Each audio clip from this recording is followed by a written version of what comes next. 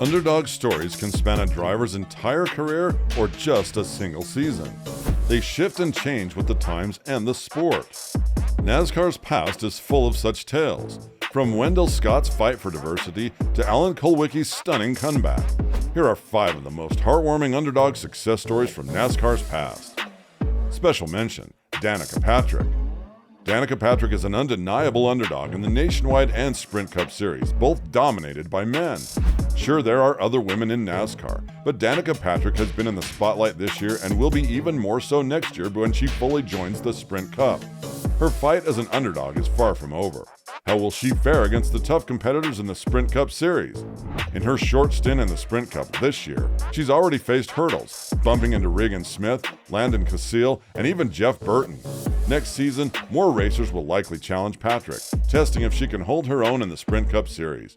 Her underdog story could become legendary if she performs well next year, or it might fade away if she struggles. Despite this season thrusting Danica into the spotlight, she remains an underdog, even while driving some of NASCAR's best cars. Number 5. Brad Keselowski. Looking at 2012 alone, Brad Keselowski's journey has been an inspiring underdog tale. When Kurt Busch and Penske Racing parted ways at the year's start, Keselowski suddenly found himself as Penske Racing's top driver. Yet Keselowski proved he could handle being Penske's main man throughout the year. Heading into the chase, many saw Keselowski as an underdog. How would he stack up against the big names like Jeff Gordon and Tony Stewart if he chased the championship? Keselowski not only won 2 early races in the chase, but also performed better than his average on the first 9 chase tracks, proving himself to be a real threat. As the final race at Homestead approached, Jimmy Johnson was the only driver who could win the championship. Keselowski was 20 points ahead, making himself the clear favorite. Brad showed that with determination and hard work, you can achieve success. He outpaced many of NASCAR's top drivers and was on track to win his first title. Brad remains optimistic despite the drama with his former teammate A.J. Allmendinger and Dodge's plan to leave NASCAR after the current season.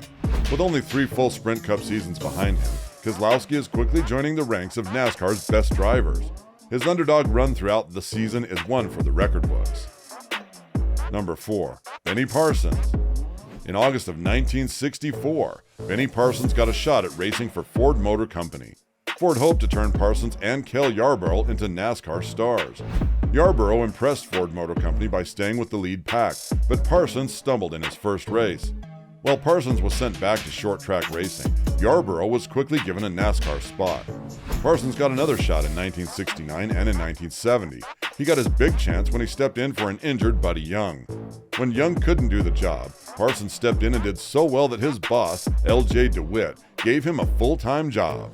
It was hard, but Denny took home the Winston Cup Championship in 1973. In that year, DeWitt's team only raced with 3 cars because they didn't have enough money. Even though they had some big problems, Parsons used the scoring system that year to his advantage. It gave points for both how well you finished and how many laps you completed. Benny managed to finish 9,311 of the total 10,258 laps in the season. When Benny's car got really damaged in the second-to-last race, other racers came to help him fix it. By the end of that season's last race, Benny was leading Cale Yarborough by 67.15 points. Benny Parsons showed that he never gives up, winning the championship when it seemed impossible. Number 3. Bobby Allison.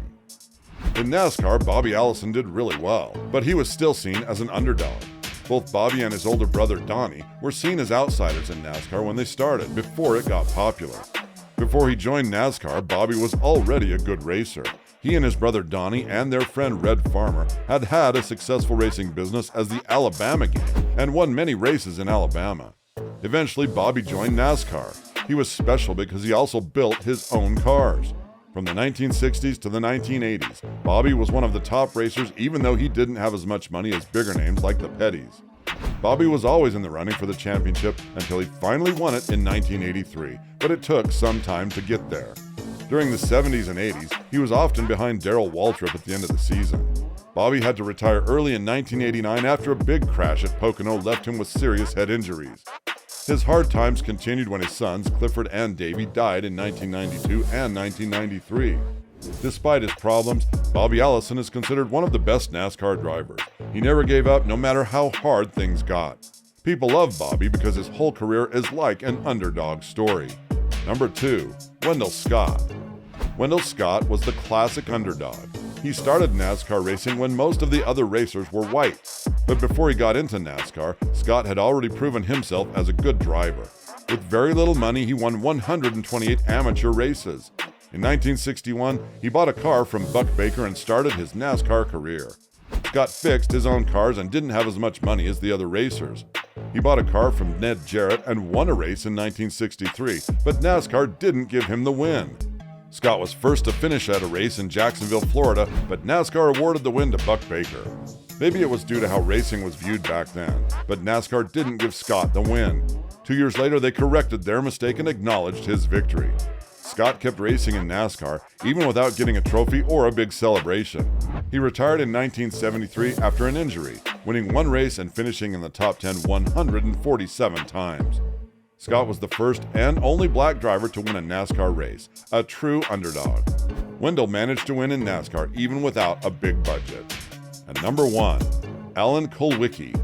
In 1992, Alan Kulwicki was seen as the unexpected participant in auto racing, primarily because he not only owned his race car, but he drove it himself. Few believed he had a shot at winning the championship that year, but he was about to shock everyone.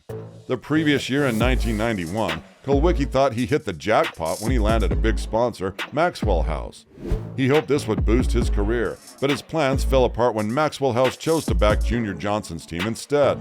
With this setback, Kulwicki's prospects for the next year seemed poor. Entering the 1992 racing season, Kulwicki had many obstacles to overcome.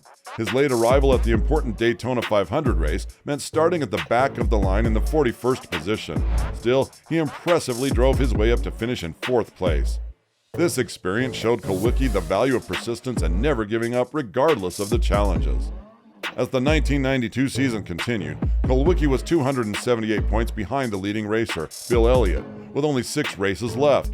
Without a major mistake from Elliott, it looked impossible for Kulwicki to catch up. But unexpectedly, Elliott's team faced car problems. This lucky break gave Kulwicki a chance to catch up and change his odds in the championship. The final race of the season was an exciting contest with 6 racers battling for the title. After intense racing, only Kulwicki and Elliott were left to compete for the championship. The final part of the race was gripping. Elliott, who appeared unbeatable, led as the last lap started, but Kulwicki fought back strongly. Kulwicki emerged as the winner in an exciting finish that kept spectators guessing. He ended the Winston Cup Series with 10 more points than Elliott, despite Elliott leading for one additional lap. Alan Kulwicki's 1992 season became legendary. He made a remarkable comeback after overcoming the largest point deficit in NASCAR history.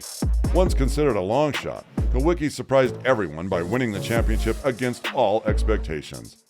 Which of these heartwarming underdog success stories from NASCAR's past is your favorite? Hit that like button and subscribe for more.